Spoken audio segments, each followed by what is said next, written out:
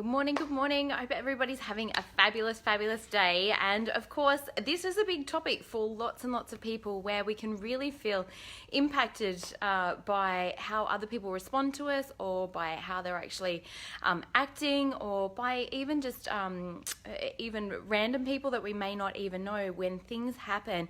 And we tend to take things really, really personally as well. Hey Yvette, great to have you on. Hey Jamie, great to have you on.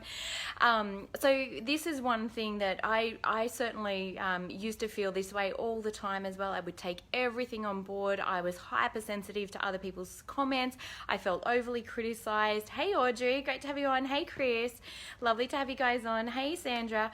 And this is one that really can derail us a lot emotionally as well, have us feeling chaotic, out of control. Perhaps, hey Jen, lovely to have you on here.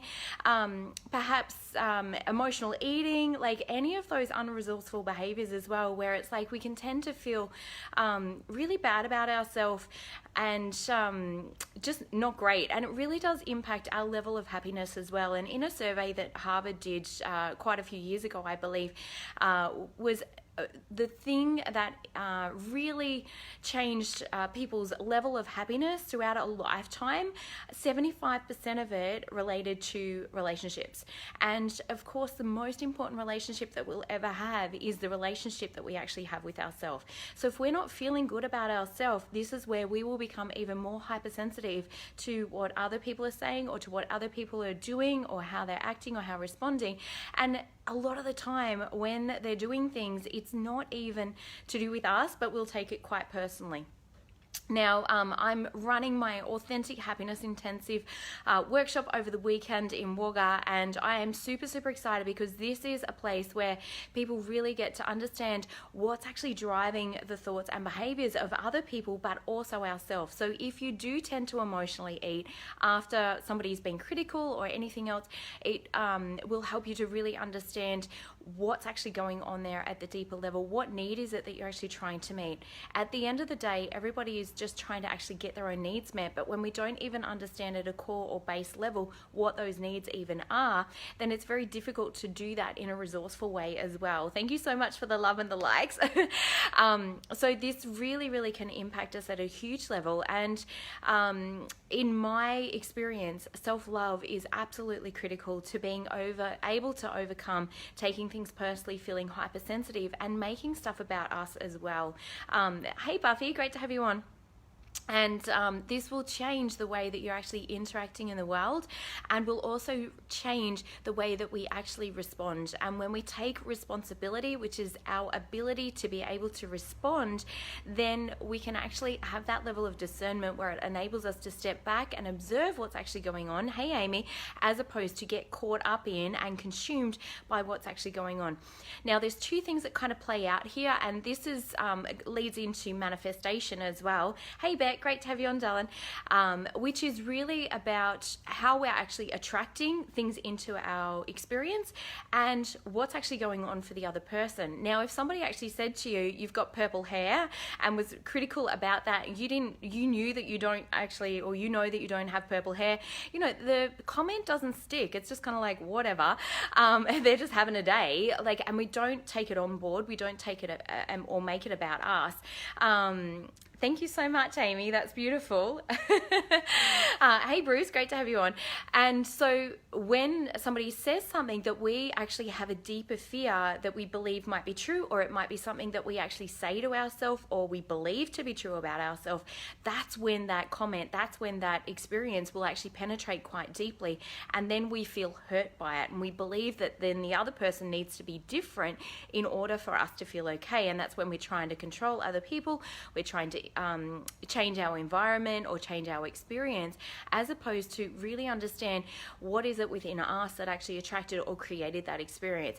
Now, most people don't like to hear that. I know I certainly didn't when I was first introduced to the idea. I was really angry about that, and I was like, what? So I'm to blame for like being criticized or verbally abused or like any of that. And when I actually got it at such a deep level, it was so empowering, because it's very rare for me to attract anything like that into my life or my circumstances these days, yet I was actually living in it, I was swimming in it years and years ago.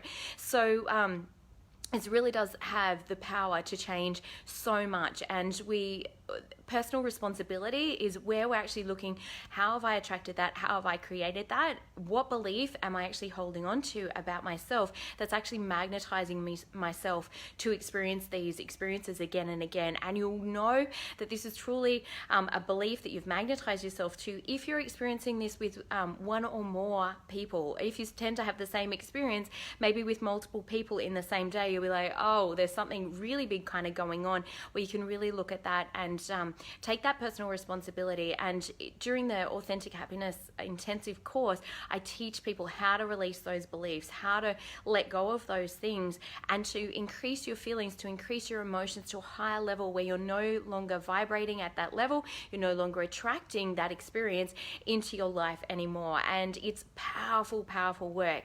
And so this is where, when we take in our personal responsibility, we increase our feelings, and we're continuing to increase and up level our beliefs about who we are and about our own levels of self-love. Then you'll find yourself less and less susceptible to being penetrated or impacted by when somebody else is having a bad day and projecting their own fears or their own beliefs onto somebody else, because we're all doing that to each other. So we'll project, if we believe somebody shouldn't be rude, that's our belief. It's not necessarily their belief, but we'll be projecting that onto them.